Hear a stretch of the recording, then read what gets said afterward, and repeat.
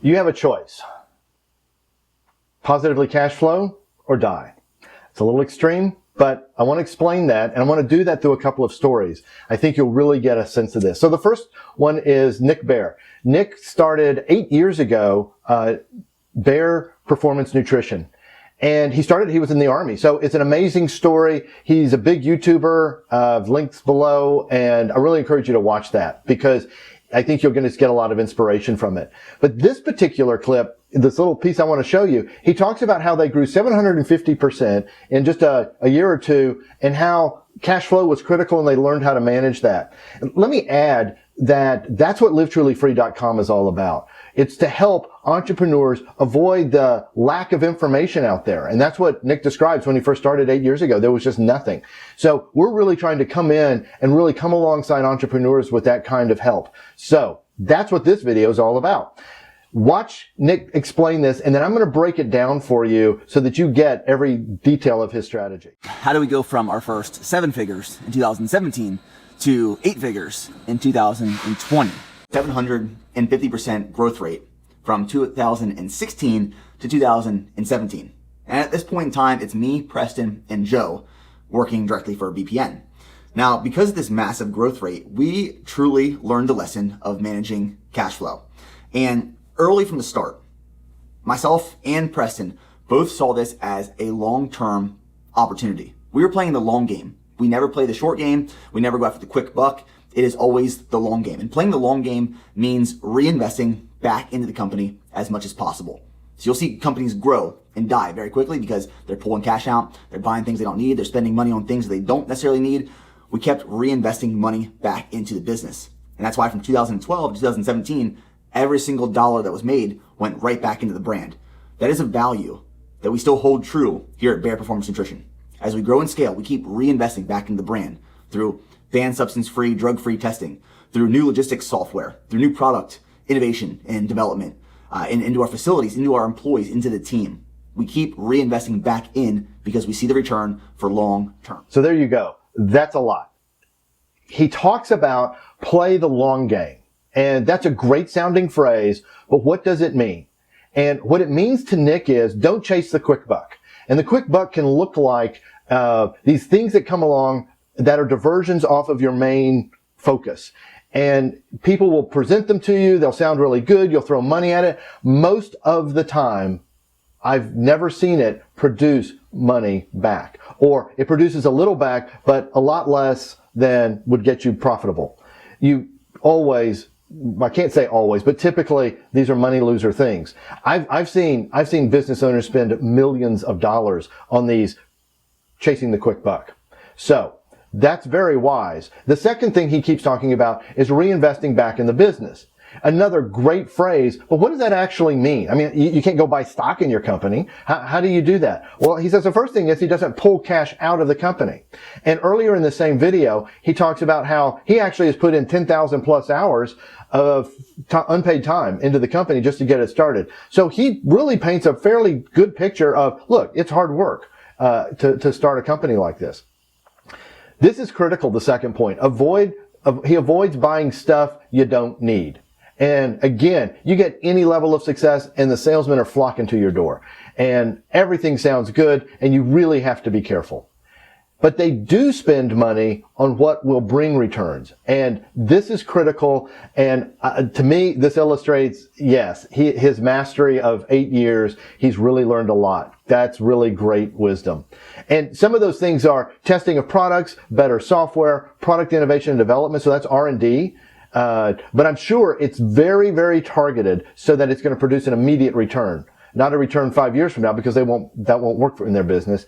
Better facilities and team improvements. And team improvements, I think, has looked two ways for him.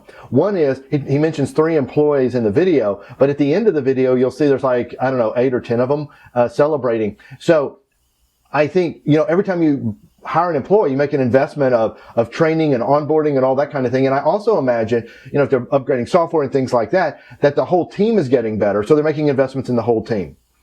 This is a really positive story, okay? Because they're growing. I discovered years ago that the same strategies I used in a turnaround bankruptcy situation work with a company like Nick's.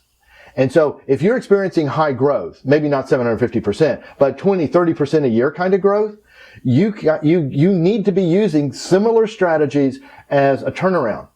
So I'm going to show you a turnaround. So this is a company, like I said, a number of years ago that was a fabrication manufacturing facility, made a lot of large skidsters and vessels and things like that for oil companies, oil rigs, that sort of stuff. And these guys had mismanaged the company, three owners, mismanaged the company terribly, hadn't positively cash flowed, as I recall, in about 3 years, or hadn't had profits in 3 years and maybe hadn't had cash flow in 12 months. And so it's a mess. And so I'm brought in as a CFO, chief financial officer, by the bankruptcy attorney to say, should we take them into bankruptcy? And I said, yes, but we need to do some things. And then he brought in another man who, the two of us worked together, a CMO, chief marketing officer. And together, we kind of led the company to hopefully get them out of bankruptcy. Let me share some of the things we did. First of all, we maxed out our credit line, so we got as much cash together as we could. And we did that a long time ago, so I don't know what the bankruptcy laws are now.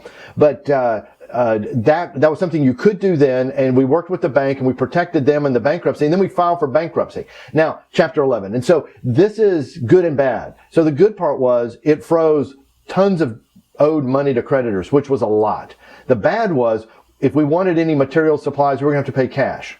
So, but the good outweighed the bad, and we went that direction. We eliminated, just like Nick manages his company well, all unnecessary expenditures, and there were a lot. It included reducing all the owner salaries and all their expenditures on things because of the massive cash out with that. Then we did something else. We needed cash. So we looked at sales, pending contracts, that sort of thing, and we made as many quick cash sales as we could. So in other words, if rather than giving terms, we'd negotiate and go, look, we want deposits, we want, if you'll pay it all up front, we started offering deals, for fast turnaround projects, cash up front, because we were trying to accelerate cash flow. The other thing we noticed was the pricing was all messed up. Now, the way some of this was found out was they had a really good team. And this is the amazing thing. This is a company in distress that's got really good people who have worked with the company for a long time. And oftentimes your people are seeing things you don't necessarily realize as the owner. So talk to them. We did. And we found out all this great information, like we're underpriced. We could raise our prices and still be under the competitor's price. Now, in this dynamic of trying to create cash, profit margins it was okay to reduce them. We had to, if it would accelerate cash, because you've got to keep the cash or you die.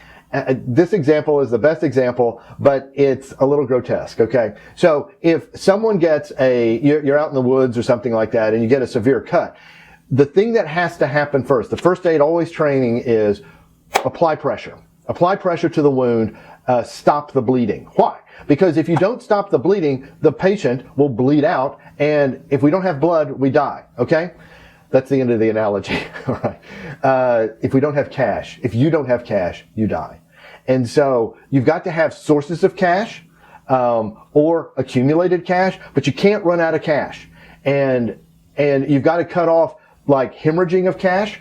So if you think of it in like that, and look, it's an emergency. We were doing fast stuff. So we didn't have the most perfect marketing strategy, but we had a marketing strategy, which they didn't have any. And so now it would change and iterate and reiterate rather rapidly in this, but this is like an emergency. And so the same thing applies. When a company is growing 30, 40, 50, 60% at clip, it feels like a turnaround because everybody's scrambling constantly. All right. So here's what I want you to do. I want you to check the pulse of your company. Boom. What's your cash flow? Every month, every week, I don't care. But what's your cash flow? Are you positive or negative? Now, that does not mean go log into your bank account and, well, we got cash in the bank. Cash in the bank does not mean you're positively cash flowing. Now, I'm going to explain all of that in the next video, but here's what I want you to get a pulse. Try to get a pulse on your cash flow, see what you can do. Then I'm going to give you some tricks and tips of things to do in the next video. The other thing is I want you to start thinking about what's your cash flow going to be like 6 months from now? Do you know? Because you need to know. If cash flow is the lifeblood of the company, then wouldn't you want to know how far it's going to carry you?